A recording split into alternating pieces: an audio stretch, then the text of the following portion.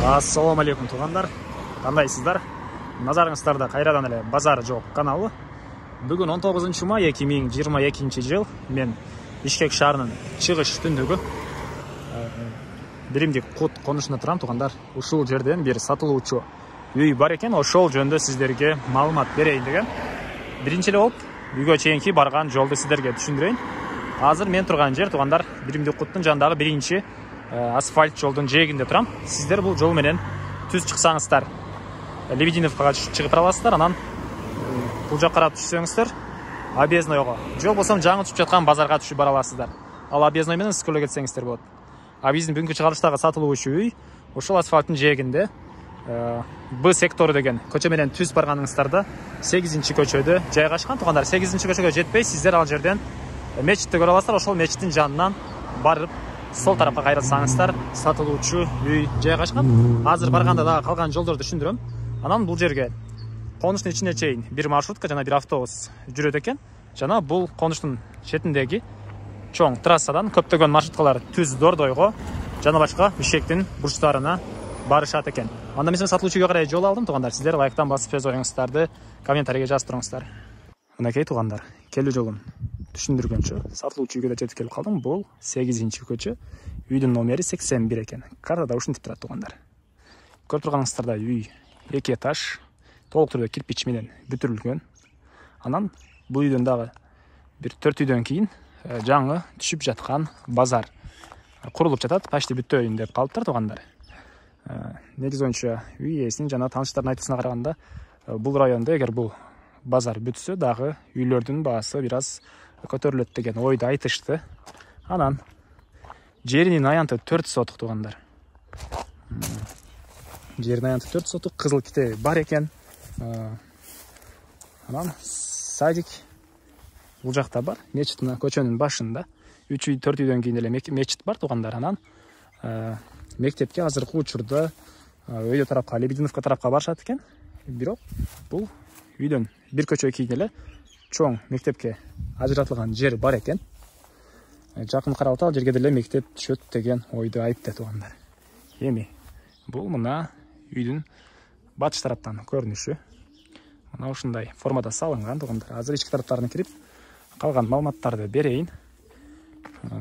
Азыркы учурда үй терезелери коюлган үйгө. Бул жакта эшиктер деле коюлуптур. Электр энергиясы киргизилген тугандар. Суу бар бул жакта. Окей, эми ички тараптарını бир жекинен көргөзөйүн. Азыркы учурда үй ушуларга чейин бүтүрүлгөн. Шпаклевка болгон тугандар. Окей. Потолок мына гипсокартон болгон тугандар. Анан эми бөлмөлөрүн сиздерге көргөзөйүн. Ушул жерден оң тарапка киргенде бул жерде кухняга расчет алынган бөлмө жайгашыптыр. Шпаклевка болгон, гипсокартон болгон жана терезелер орнотулган тугандар. Мына көрүп турганыңыздардай. Анан ушул жерден түз өтсөк бул жакта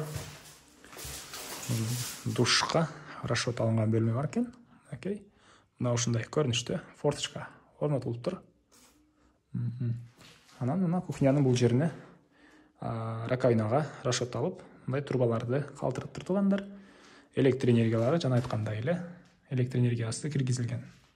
Мына ушундай көрүнүштө андан ары түз эле өтүп, кайра коридорго чыгып, бул жака түз чыксак. Мындай зал батыш тараптан пластик терезе орнотулган. Дуалдар шпаклевка, потолок гипсокартон тугандар.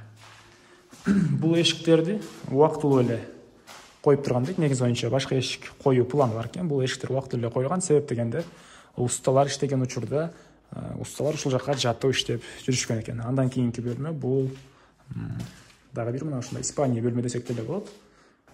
Чыгыш тараптан пластик терезе орнотулган тугандар. Ушул даражага чейин бүтүрүлгөн. Ламинат коюу керек экен.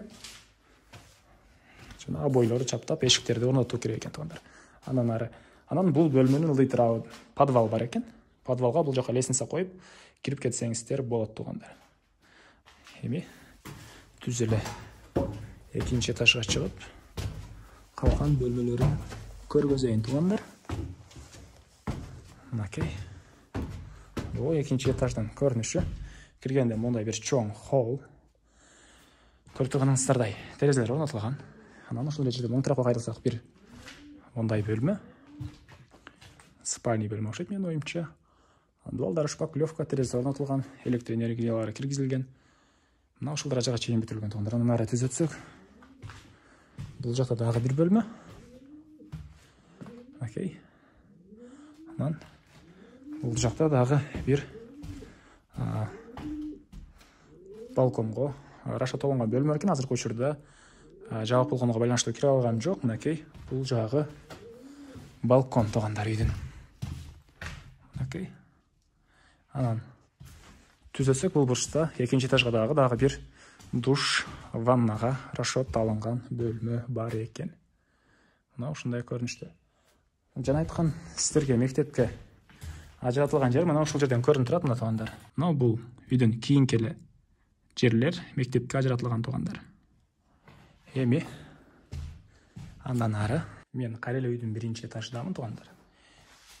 Сейсма пояс колонналар деле коюлуп тур, аны айтпаптырмын туугандар. Эми эмне маалымат калды? Бир эле баасы калды окшойт. Бул үйдүн баасы $55,000 сурап атыптыр үй ээси. Сүйлөшүүлөр болот. Анан вариант шаардын өйдө тарабынан, түштүк тарабындагы этаж домдордон 2 бөлмөлүү квартирага обмен кылса болот экен. Бирок кандай сиздер кошуп бересиздерби же кандай болот, аны үй ээси менен звонок кылып сүйлөшүп алыңыздар туугандар. Негизги маалыматтарды дагы бир жолу эскерте кетейин. Жеринин аянты 4 соток. Үй өзү узун турасы 10,5 га 10,5. Толук түрдө кирпич менен бүтүрүлгөн. Сейсма пояс колонналар коюлган, документтер боюнча кызыл китеп бар. Бул жакта жаңы курулуп жаткан базарга жакын туугандар. Биримдик кут, конушу, суу, свет бар. Баасы 55,000 сүйлөшүү болот. Анда эмесе мен сиздер менен коштошом туугандар. Бул видеону достор менен, группалар менен бөлүшсөңүздөр, мага үй ээсине чоң жардам берген болосуздар. Кийинки чыгарышка чейин саламатта калыңыздар туугандар.